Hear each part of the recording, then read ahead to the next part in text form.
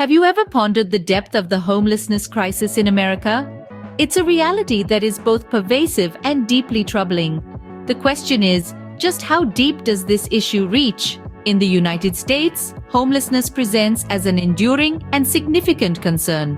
As of January 2022, almost 600,000 people were homeless. That's like the entire population of Boston struggling to find a place to call home. And the problem is not confined to any one region. From the bustling streets of Chicago to the sun-drenched lanes of El Paso, Texas, the issue persists. The causes of this crisis are multifaceted and complex. High rents, defunding of housing services, and the deinstitutionalization of those with mental health issues all contribute to the problem. Gentrification too plays its role, displacing low-income residents and pushing them into homelessness. But the crisis doesn't stop at housing. The need for mental health and social services is equally critical. Addressing trauma, providing supportive services, and funding for mental health and substance abuse programs are vital for stability and well-being. European countries with strong social safety nets have lower rates of homelessness. These nations demonstrate the importance of universal healthcare and affordable housing. But can America learn from these examples? Extreme weather conditions, like the freezing weather that stretched homeless shelters to their capacity in December 2022, exacerbate the situation. And, as if the housing crisis wasn't dire enough, the end of eviction moratoriums and rental assistance programs has led to shelters accommodating more families than usual. This is not just a crisis, it's an emergency, but it's also an opportunity for change, an opportunity for compassion, an opportunity for action. It's time to challenge the status quo. It's time to push for policies that provide not just for the physical needs of the homeless, but also their mental and emotional health. It's time to advocate for affordable housing and fight against the gentrification that displaces our most vulnerable citizens. And it's time to nurture compassion, understanding, and action within our communities. So how about it? Will you rise to the occasion? Will you be part of the solution? Because at the end of the day, it's not just about addressing homelessness. It's about creating a society where everyone has a place to call home. If you will, a night so cold that your breath forms a cloud in front of your face. Now, imagine spending that night in a car, huddled for warmth, with your whole life packed into the back seat. This is the reality for an ever-increasing number of people across the globe. It's a reality that's easy to ignore until it's not. Homelessness is not a character flaw or a personal failing. It's a societal issue, one that affects us all. It's a sad truth that in wealthy countries, thousands of people find themselves without a stable place to call home. But the face of homelessness is changing.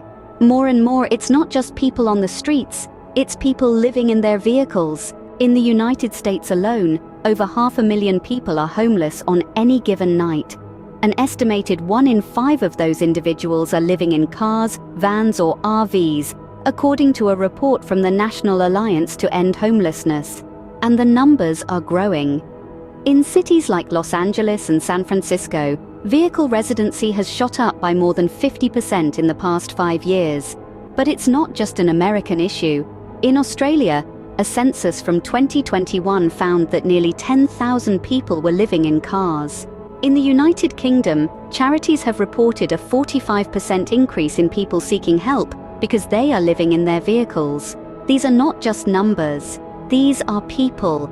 They are people with stories, with dreams, and with the same basic need for shelter that we all have. They are people who, for a multitude of reasons, find themselves living in their cars. And it's not just adults.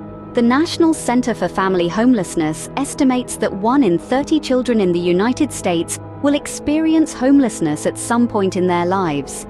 Many of them will spend at least some of that time living in a vehicle. This is a complex issue, one that requires a multifaceted approach. But there are initiatives out there making a difference. From mobile shower services to programs that provide safe parking lots for people living in their cars, there are organizations working tirelessly to provide support and resources, but they can't do it alone. They need our help. How can we contribute? By supporting these organizations, both financially and through volunteering. by advocating for policies that address affordable housing and income inequality, by treating people living in their cars with the same dignity and respect we would want for ourselves. Every person deserves a safe place to call home. Let's remember that and do our part to make it a reality. Because no one should have to call their car home. Remember, the smallest action can make the biggest difference. It's time to step up, to lend a hand, to be part of the solution. Together, we can make a difference.